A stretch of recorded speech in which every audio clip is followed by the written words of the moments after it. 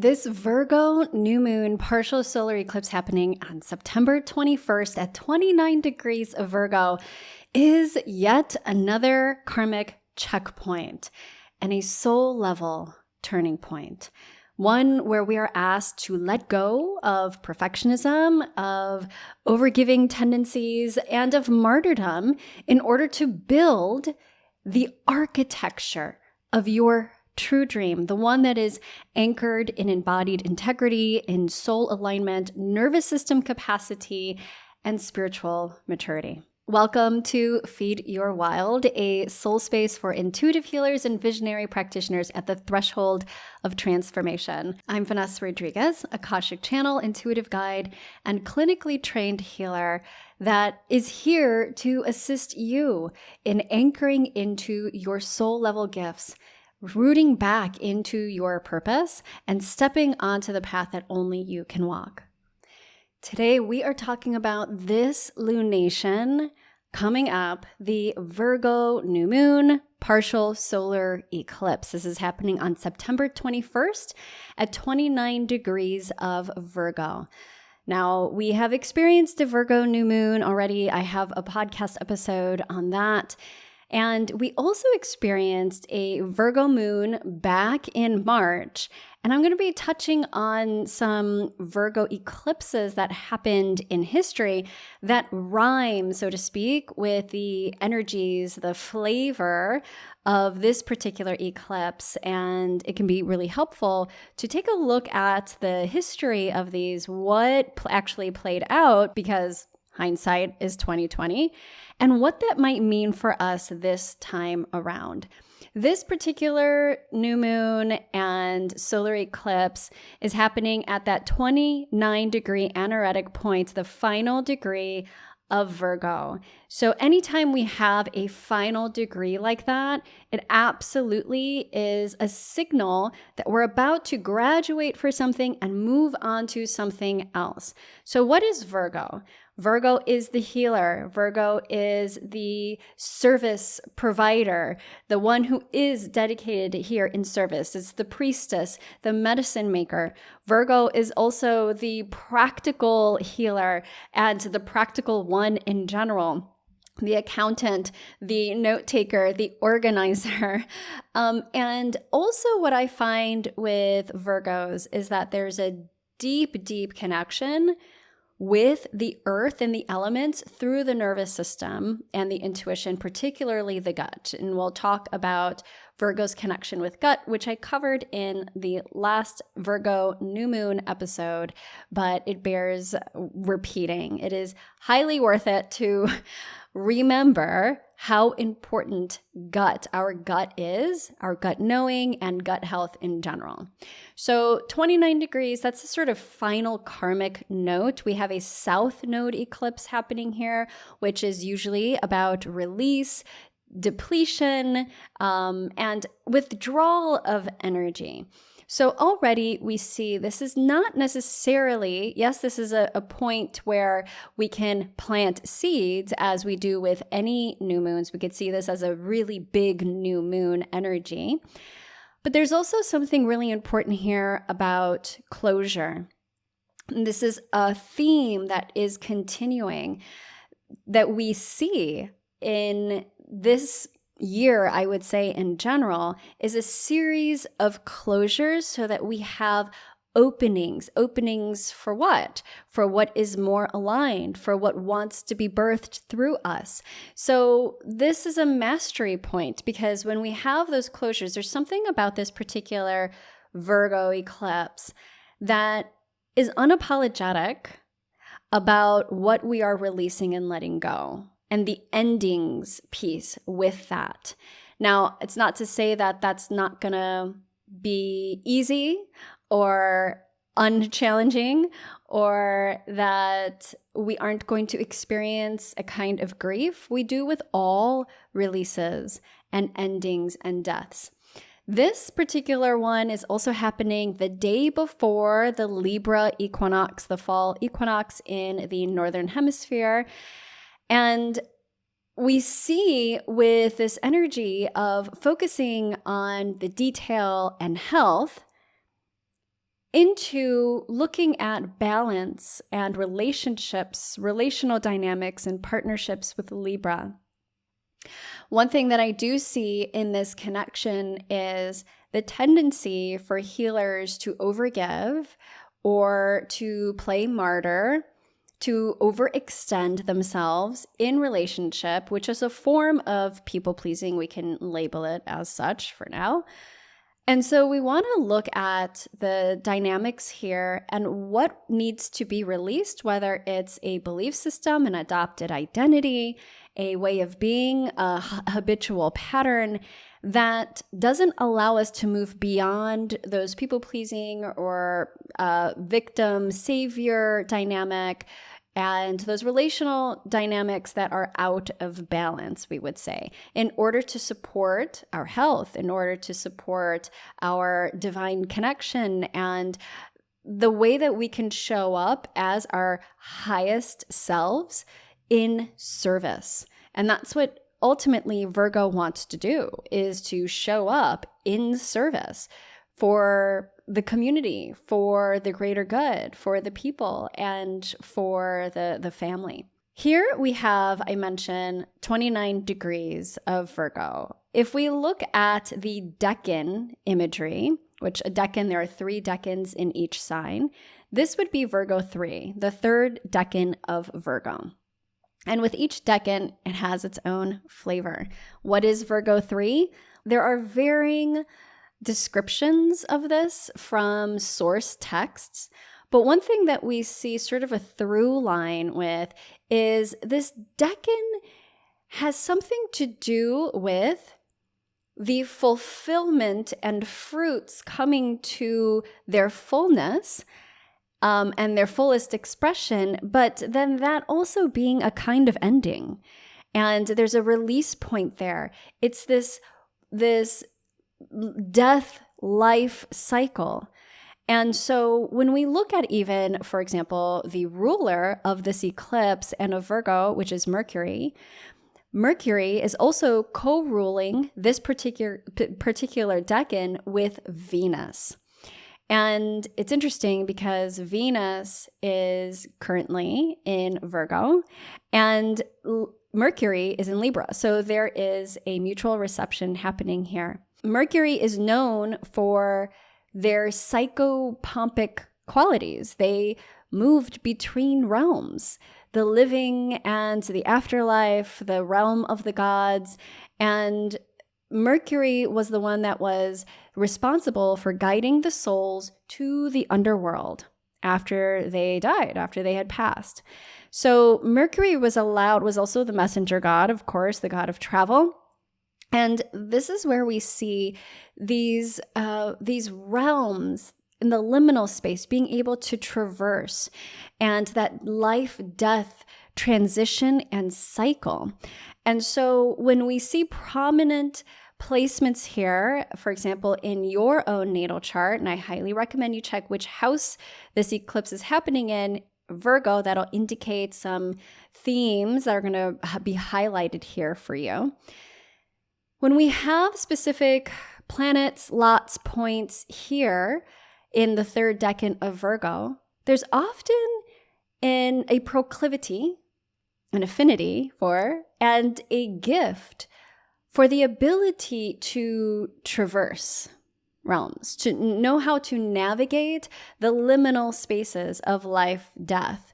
And if you combine that with Virgo's connection and commitment to care and service, and also the co-rulership with Venus here, because Venus is about care, is about compassion and beauty and harmony and balance, that there's something here that brings up that death, life, birth cycle in one's experience of this eclipse. And if you have placements there is typically something that can come through, like something that could be birthed, a transformative experience through the death of something. And it's interesting because the doulas that I work with, whether they're birth doulas or death doulas, I have seen many of them have strong placements in Virgo 3. For example, I have someone in our community who is a doula of all life cycles, life transitions, so birth, death, and others there happening. And they have prominent placements, including their MC, their midheaven, in Virgo 3. We also can see some healers with mediumistic gifts here as well. And those who are drawn to end-of-life care or have inclinations around holding space for this transition, this transformational process, the aging process, and what happens with that. So, what does that mean for you if you don't have anything happening in Virgo 3? Well, we have this eclipse that is happening. And the way that I see this play out, anything that is really prominent that happens in Virgo, such as eclipses, I see making waves in my own community, which is made up of primarily healers, practitioners, light workers, mystics. And whether or not you're a healer in your profession or you get paid for healing services and work, what I see is that those who have an orientation as a healer in their roles within their relationships or their role in their career and their life's work, that these Virgo eclipses really do make an impact. And they open up this field, that liminal space for us, and allowing us to release and allow the death of something and to sort of doula ourselves through that death in order to birth something, and the doulaing of a birth of something. Because of course, when something dies and goes away, there's that space that is created for something new to come through. So you might feel that depending on where this is falling in your chart, depending on the house, in different areas. Typically, we also see related to health. We want to take care of our health. Virgo is very much connected to the health sciences and health in the body and the nervous system, especially the gut in general. We also want to make sure that we're looking at the things that we've been holding onto with a grip of death. And perhaps it's something that we've committed to for so long. We have worked so hard for. We have given so much of ourselves to, and yet we are not receiving in equal measure. We are not, there's the reciprocal nature of energy is not there. It's not in balance. And so very often we have to look at what is the dead weight that we must prune. Even when we think about it as gardeners, and I'm just thinking about the rose bush in the front of my place, and how I feel that grief when I'm cutting down the rose bush. But I know that what it is doing is it's creating that energy and space for new blooms to come through and for the rose bush to grow and to thrive. So it's okay to feel that resistance to cut things away. That's human nature. But what are you allowing to grow in its place? And that's where we want to place our focus with this. It may not feel easy. We have Saturn opposing this eclipse, which is at 28 degrees of Pisces, retrograde. So directly opposite this eclipse, Saturn and the South Node, this is a double signature of contraction, of letting go, an energetic audit, so to speak, of a checklist of looking at what is it that really needs to go in order for me to thrive or step into a more aligned version of myself and my life. And because of this, we may feel a level of fatigue or exhaustion when the system, the body, or the structures are simply cannot keep going in its current iteration or form. So Saturn asks us, what are we building? Is it sustainable? And what do we need to get rid of in order for us to move forward in the highest way? If you think about it in the way of an actual move, moving homes, or a road trip, we're going down the checklist of what we need to take with us, what we are leaving behind, what we are throwing away, recycling, giving away, donating, and making sure that we get very serious if we want to move forward in a way that feels fresh, clean, aligned, expansive, spacious. We have to confront the commitments that are not serving us. So, what are you building, and what are you going to prune away in order to allow yourself to flourish and to build that thing in a really sustainable and hopefully regenerative way? Now, speaking of that Saturn, we have this kite formation happening with this lunation. And at the apex of the kite, we have the Saturn-Neptune conjunction in Pisces. So there's even more emphasis placed on that and that liminal space that Neptune also brings with it. We have Pluto in Aquarius on one side that is flanking this kite, and Uranus in Gemini on the other side, both retrograde. Again, there's a lot of this retrograde review type of energy with the outer planets, and being in those air signs and Uranus being in Gemini and shaking things up, it can rattle our nervous system because there is a lot of change that is incredibly fast. So I'm seeing this being expressed in many different ways in my community and those that I'm serving. Some are dealing with some major health issues and challenges that have come to light. Others are experiencing this within their career. Others are experiencing this within their relationships and relational dynamics. Others are experiencing this as a soul leveling up, and yet there's a part of themselves that they feel must die. And I call that dissolving to rise, which is a really important part of a lot of the work that I do, which is the subconscious work of addressing the beliefs and the adopted identities that we cannot take with us if we want to create what it is that we desire and to build and in order to express our gifts in the highest way in this world. So again, these are all pointing to disruption of patterns, of old ways of being, of the dream, sort of popping the dream bubble, but making the true dream, the dream that's behind the dream, not the illusionary dream, but the dream that is aligned and connected with your true self and your soul. And what needs to happen in order to make that real? That's Saturn and Neptune. And so it may not feel comfortable because we are moving into times, experiences, versions of the self that we have not experienced before.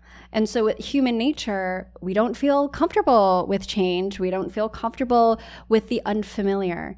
And we need to tend our nervous system and tend especially to our gut and listen and pay attention to our gut, a la this Virgo eclipse. This feels like an echo of the eclipse that happened in September of 2007. So think back to September 2007, solar eclipse in Virgo with some Saturn influences. What was happening in that time? Well, now remember that eclipses really leave an impression for the next 6 months. This foreshadowed the 2007 to 2008 financial crisis and that bubble. And boy, do I remember that one because I happened to purchase my condo in 2000, the beginning of 2008, at the height of the housing market bubble. And subsequently, after my purchase, the crash. And so I experienced that in my financial world, literally, and also looking at what it is that I really needed to let go eventually after years of working through that. Many people lost their homes. Many people lost their entire life savings and retirement. And there was a certain degree of systemic instability that was highlighted. We saw the insidious nature of the financial markets, and especially as it related to the housing market, and how all of these toxic deals that were happening were leading to this bubble and eventually crash. So not to say that there's going to be a financial crisis happening here or a bubble popping, but there is something here in relation to the tension, and that something has to give. Something's got to give. Something is going to be released and let go, and there's going to be a death rebirth of something in our collective experience, because eclipses are very much about those collective experiences. We also see patterns with the Venus, Mars, Saturn cycles that we see that are similar to this one happening in the early 1930s, so just before 1930 and then 1937. And this was related to patterns of market dips, recessions, poor economic policy. So there's this collective theme here of instability, unstable financial markets and economic systems, but also accountability, bringing things to light that were already corrupt, that were already broken, that were already not working, but there was an illusionary bubble around, there was illusion around it. So what happened? The bubble burst. The dream, that illusion popped. And the toxicity that was already there was exposed. We could say both literally and metaphorically in personal lives. So this Virgo eclipse could pertain to that, highlighting certain numbers, data, details. Virgo very much detailed oriented, could be connected to some financial revelations, reality checks, breaking points. We will see on the collective level. Virgo really asks for discernment and purification. There's a purification process that is natural for Virgo, and digestion of what is ending. Being an eclipse season, Virgo being part of one of the months that leads into a shift in the seasons, Virgo is not a stranger to change and transition. And what we see, for example, through Ayurveda and TCM, are these in-between seasons, or the fifth season, where we must tend even more so to our bodies, to our nervous systems, in order to support us through these transitions when the body's like, what the heck is going on? And so there could be utility for a reset, something that is really supportive for you, down to the basics of nourishment, of water, of sleep and rest, of boundaries, the daily rituals, the day-to-day things, rituals, habits that allow you to hold more without depletion. One of the main tenets in the subconscious work that I do, the mind shifting work, is that we don't want to resist resistance. The whole point now is to let go of resistance, because resistance is so often connected with the challenges, the blocks, the symptoms that creep up on a health level. So much of it has to do with resistance.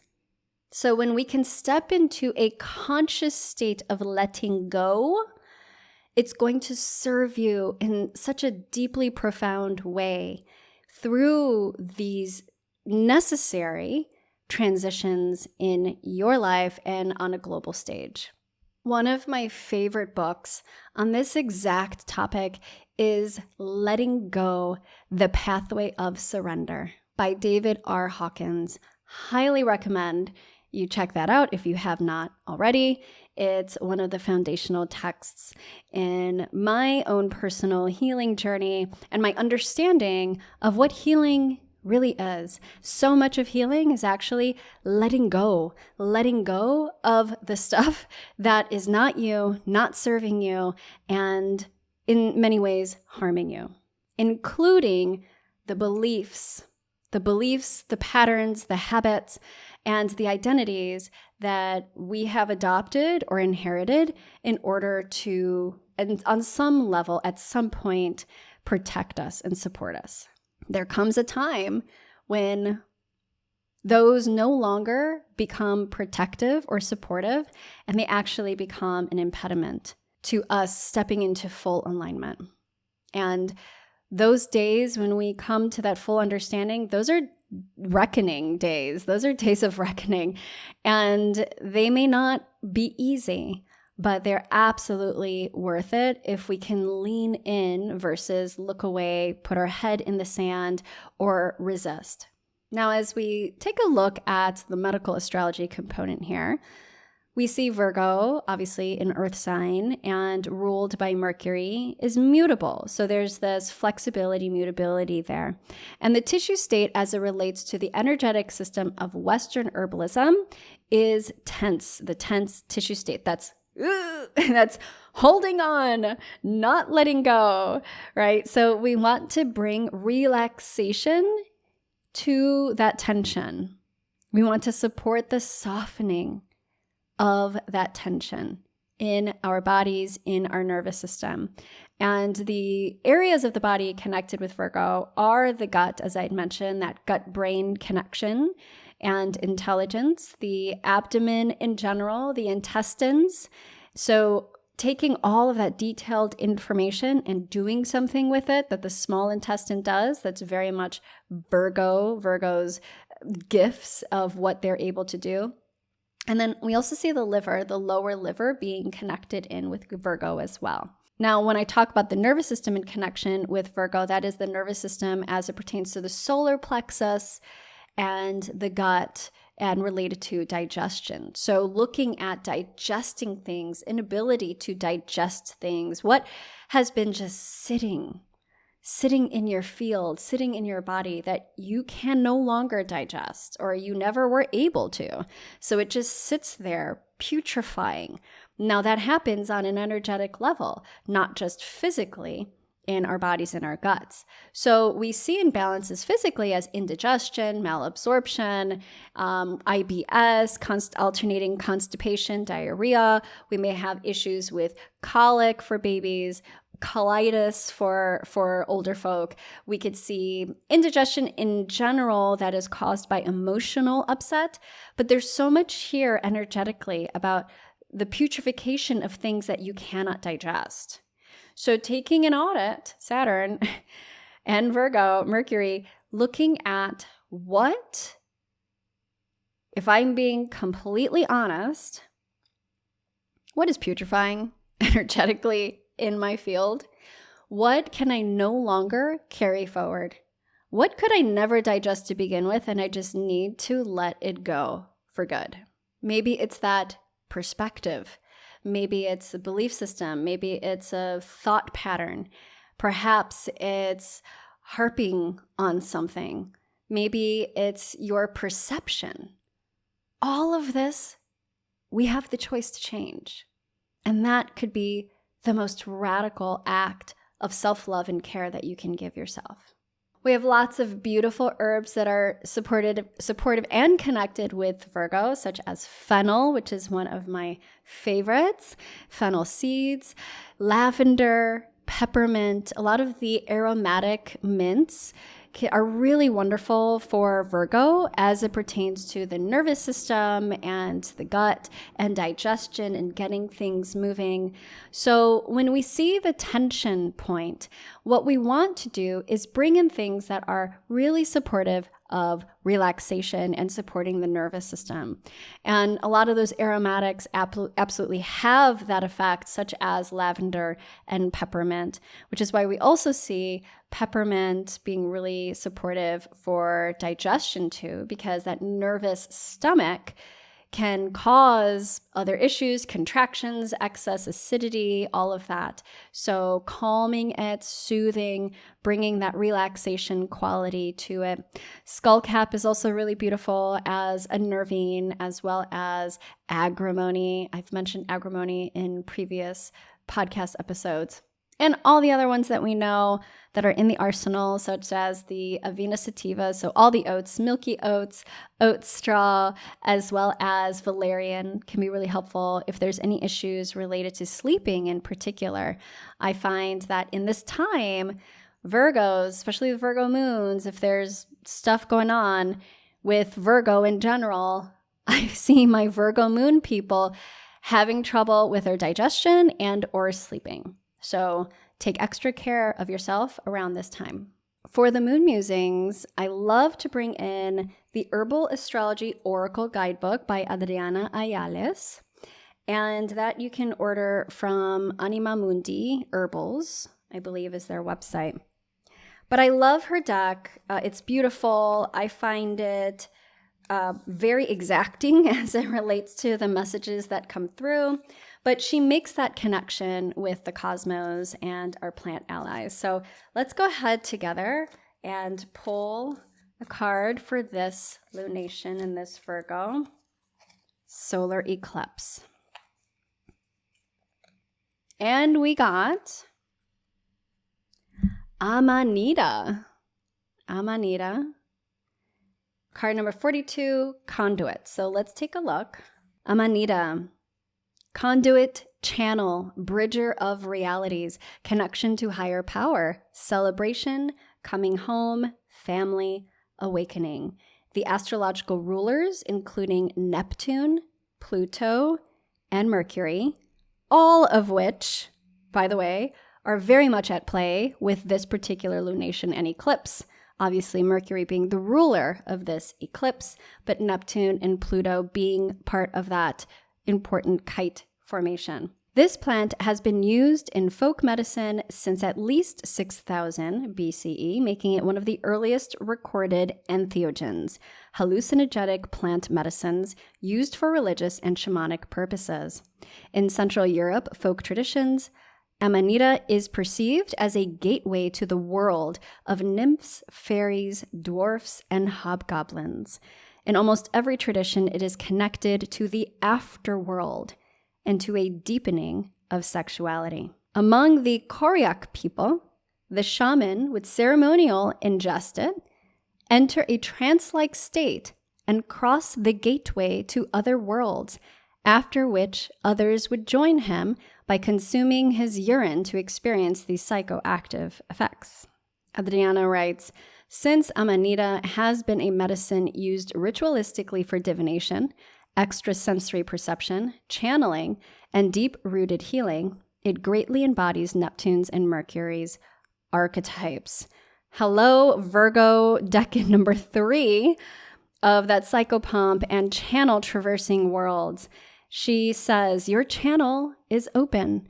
Earth spirits celebrate you as you come to one of your homes. You feel one with nature and all her offspring, your extended family. You can clearly see through the veil, and your gift of profound insight is now at hand. You are here to be a bridge for the children of the earth, a conduit of safety and healing energy for the newer generations. So this, for me, is 100% speaking to this placement of Virgo 3, that liminal space, but the traversing, the doula and psychopomp, moving through the realms, being that channel, but connected to earth as the mushroom. So again, embodying all of these, how can we as healers embody that channel in a wildly rooted way? And also allowing ourselves to see what we have not seen before as clear channels. And I will say, it seems to be more challenging to do that for ourselves than it is for others. So I encourage you, if you're having challenges and seeing that for yourself, although you always can, I encourage you to connect with others and to work with others in that way, that are healers, that are channels, that are mystics, that are intuitives, or anybody that you just really trust and has a good sense of intuition. Connect with them. Ask them to be brutally honest, as much as your nervous system can take, and allow yourself to bear witness to the truths that come through. If you're interested in learning more about your intuitive healer archetype and your unique gifts, as well as challenges and how to overcome those, then be sure to check out my free quiz, the Intuitive Healer Archetype Quiz. You could go to wellyrooted.com/quiz or click the link in the show notes. I'm sending you so much love in this eclipse portal time. All the blessings to you. And my dear healers, remember to take care of yourselves too.